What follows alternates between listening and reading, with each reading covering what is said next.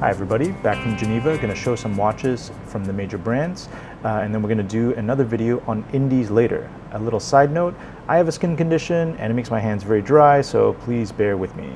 So first up, we have the Bulgari Octo Finissimo 37. The 37 has been rebuilt from the ground up. It's really a total overhaul of the 40. So the movement has been remade in a 37mm size with a longer power reserve. The dial plates can actually be thicker now, which means one day we will see stone dial finissimos.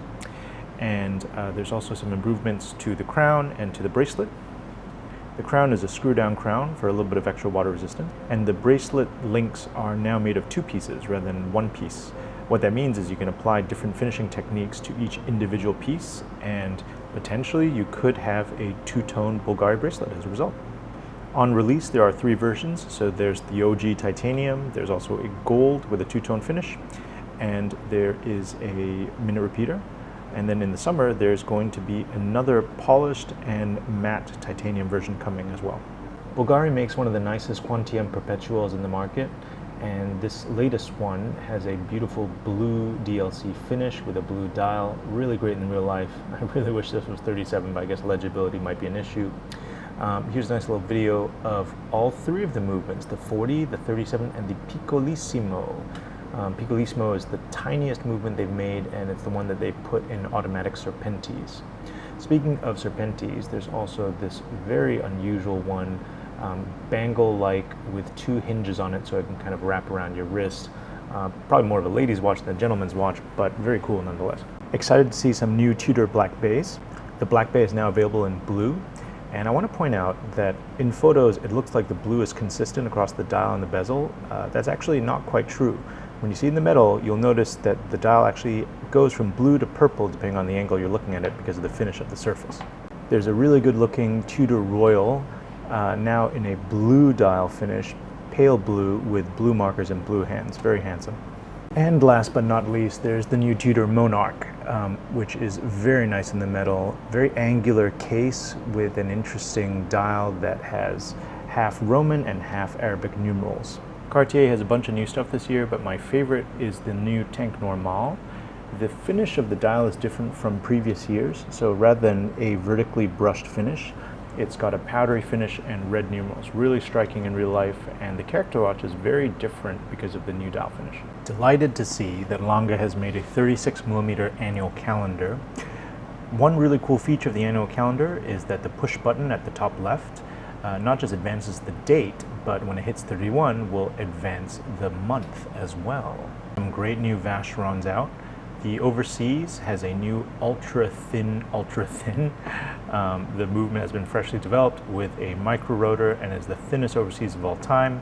It's made fully in platinum, and in fact they actually used a slightly different alloy of platinum this time to improve the rigidity given how thin the watch is. The Overseas Dual Time is also back in 4 colors, and for me the favorites are the white and the olive. Piaget's Polo 79 is back in white gold, and it has a sodalite dial, a beautifully finished micro rotor movement, and here's a picture of the 79 next to a piece of bread with butter on it. Two favorites at the Rolex stand for me: the new Oyster Perpetual in 34mm with stone markers in yellow and rose gold. Grand Seiko's most exciting releases for me, firstly this one, the SBGZ011. This is from their micro artist studio department where they do all the highest end finishing and decoration techniques. This one is a fully engraved case with a new dial pattern called the waterfall pattern, and it's got a beautifully finished movement. The case style is the old GS44 style, but never been made this thin. The thinness is really striking on the wrist. It's really something. Next up, Seiko has 2 new divers based on the UF. I was really happy to see Credor showing at Watches and Wonders. Here's the locomotive in a new colorway this year. And even better, this is the new gold feather, the GBBY 967. So it's a blue Urushi Fume dial with platinum maquillé markers. Maquillé is a technique where they normally sprinkle gold dust onto sticky Urushi lacquer, and that's what kind of creates those indexes. But in this case, they use platinum powder, something totally new. Jaeger has introduced the Master Control chronometer. There's 3 variations of it in 2 different materials, steel and in gold. There's a time-only version, a 2-register version that's power reserve and date, and then a perpetual calendar version as well. Really, really nice on the wrist. The integrated bracelet works well, has some unusual design details, very much worth checking out in the middle. I really love this year's reversos. This year, Jaeger is doing micro paintings, recreations of Hokusai's old woodblock prints. Really, really beautiful in real life, and the dial finishes are super interesting. This particular kind of cyan sea blue version has a wonderful herringbone pattern on it, as well as a white gold bracelet. Zenith is doing some amazing things with their GFJ line. 2 new entries in the line this year. One is this tantalum case onyx dial with baguette diamond markers and black mother of pearl for the subdial.